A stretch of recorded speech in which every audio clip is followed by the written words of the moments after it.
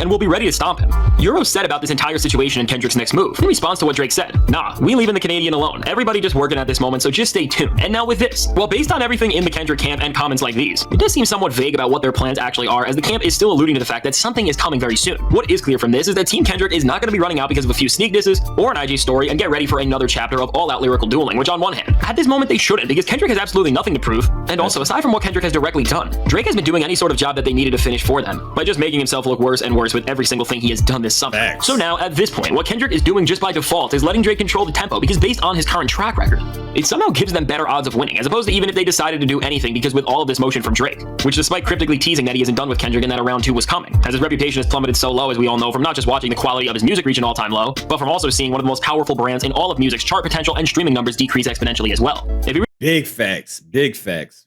Everything he said right there was facts on facts on facts. really is serious about trying to start a round 2 and wants to release more music and diss tracks aimed at Kendrick, Kendrick is going to be calling his bluff and giving him the lane to do this. But now, as the idea of a round 2 is gaining more and more steam because Drake is getting louder and louder about it, as we are somewhat entering uncharted territory for Drake, as he is going to be calling out Kendrick Lamar again in full force. You have to sit here and question if Drake realizes the full risk of doubling down on a beef that went just about as bad as it could have for him. Because first, Why do he want the boogeyman to come out? You seen what happened the first time. We are literally right now still finding out new Easter eggs as we speak. We just potentially found some other Easter eggs. So why do you want this man to come back out and drop 5 more songs?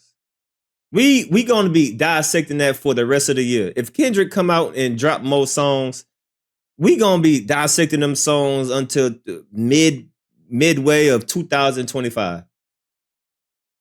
June 2025. New Easter egg. We leave this man alone, man. Leave this man alone.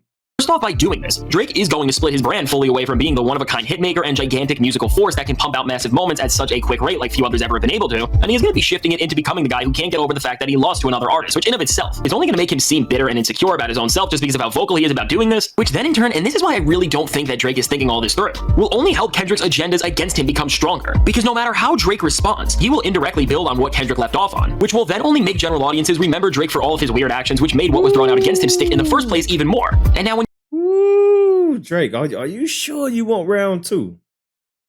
Or are you sure you want round 2, bro? Because I'm sure Kendrick got a lot more information that he want to share. You seen what has happened. The information that he shared, you seen the outcome of that. New York, New Jersey. Yeah, man, I'm ready. New York City, I can tell the people want it. Yeah, I said that. Marcus Van Diver super chatted $5. So in hindsight, K. actually won game 2, 3, 4, 5. In my opinion, I think Kendrick is going to drop on Drake's birthday. Rolling eyes face, smiley face, smiley face. Appreciate you, Marcus, with that 5 years. Someone said that on the last live stream that Kendrick might drop on when's his birthday? October 24th or something like that. I think that's when Drake's birthday. When is it? Let's see, Drake's birthday. It's like October 24th. Yeah. October 24th. That would be actually funny if he did that. But that's another 2 months. Man, come on, man. Drop that shit now. Shit. When you look at all this from this angle, it really seems like something so reckless for the future and longevity of Drake's career and for the dignity of his legacy that it almost reminds you of the foolishness that forever ruined somebody like Ja Rule's reputation following when 50 Cent humiliated him. And now because of all of this, with the stakes never being higher for Drake, what the tallest order out of this round 2 will be is that because of the hole he has dug himself in, he needs to now accomplish more than just a regular all-time great diss track ever does. Because in order to shift the narrative that have been spun onto him away and make Kendrick look awful, on top of making a record that has all of the prerequisites for a diss track in terms of its top-tier lyricism, it's also going to have to respond now to Not Like Us, which will then also require it to have an infectious instrumental that will allow for mass consumption and repeat listens. And now on top of all of this and making this equation all the more harder, Drake is going to have to now somehow dig up dirt and reveal information about Kendrick that is about as lethal and head-turning as what Pusha T told us about him on the story of Adidon. And now Exactly. Like, at this point, the only way Drake is going to be victorious if he say, "Hey, Kendrick, I know about the body that you killed that's buried in your New York apartment and I got it on camera. Like that's the only way he gonna have to win this, man. He gonna have to say something crazy and it has to be factual. All right. Drake gonna have to say, hey, I know about, what happened on January the 6th of something. I don't know. I just don't see how Drake can be victorious because right now, the way that this battle is going, it's just like who can expose who the worst, right? Who can expose who the worst, right? So unless Drake got some information that's gonna blow everybody heads off, I just don't see how Drake is gonna be able to come back from this. All right, so it's gonna be interesting to see what he does if he comes out with more diss tracks. With this all being the bar that is required for Drake not just to make a great song, but for him not to humiliate himself by coming back around for round 2, as he is going to have to make a hit song that is loaded with information that can actually damage the person he is targeting more than just lies could or by calling him short, just to even get any sort of legitimate respect or momentum back. Drake has a near impossible task to accomplish, and as we have already seen his performance in round 1 of the beef, it's hard to believe that this time around things would be any different, but as Drake has had months to move around and think about new angles to approach Kendrick with, despite everything else we have seen from him, which has shown that he has never been worse as an artist and a rapper. Maybe he does have something in store that can actually help him from not being the biggest failure in music, but it does not seem likely. Am I Drake doing all this? All this seems like a way for him that, while may give him attention and excitement that has been missing from his name with every single thing he has done during this time following the beef. Overall, it is only going to burn out the rest of his career faster than ever, and if all of this goes even half as wrong as the first round of this beef went with Kendrick, I know it sounds crazy to say with the train wreck we have already seen, but Drake would really be pushing his career into a corner that would not just make him seem like one of the biggest sore losers there has ever been, but it will ruin not just the present, but the past and future of his career, as by never being able to escape this one moment, he is going to recontextualize his entire image in the cultural zeitgeist, and as a result is going to stain his image within a light that only somebody like Ja Rule could ever even come close to. And the fact that this is the conversation we are having already says enough about where this is all headed. So now with all this said, let me know, what do you think of Facts, man. I agree with that. Great video. Like,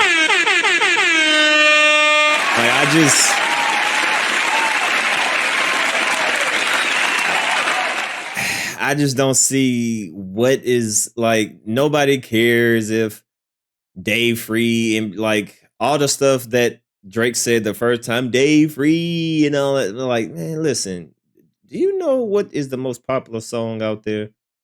High School Band just playing it. It's being played everywhere. That song is calling you a PDF file. If you ain't making a hit song saying, hey, Kendrick, I know the body that you buried in your backyard.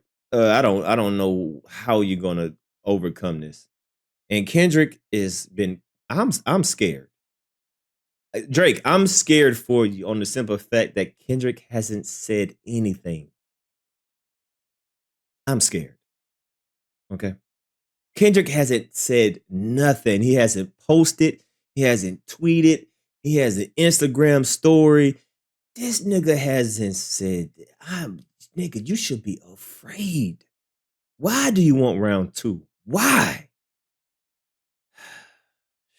All right. So there we go. All right, so there we go, right? That is, Drake trying to prep us up for round 2, using the Lakers versus Detroit Ben Wallace clip, saying that we're going to win game 2, which they actually won the championship versus LA. Kendrick's from LA. Kendrick and Kobe connection, all that stuff. So I don't know why you would do that, trying to make it seem like you're ready for war again. It's just best for you just to move on. But let's move on.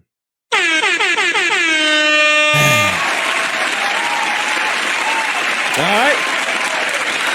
So let's get to these 100 gigs. Let's get to this hard drive that Kendrick Lamar told you to burn. Smoking on top 5s. Motherfuck that album, fuck that single, burn that hard drive. Why you ain't burn that hard drive, bro?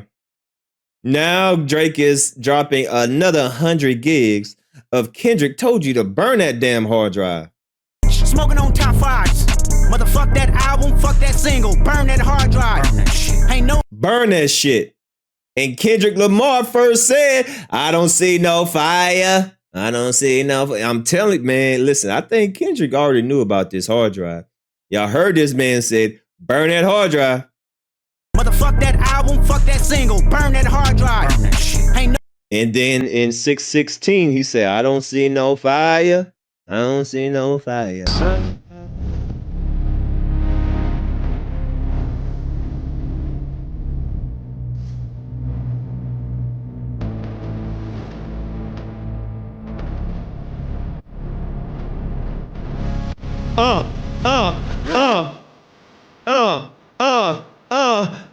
I got a black t-shirt with a water.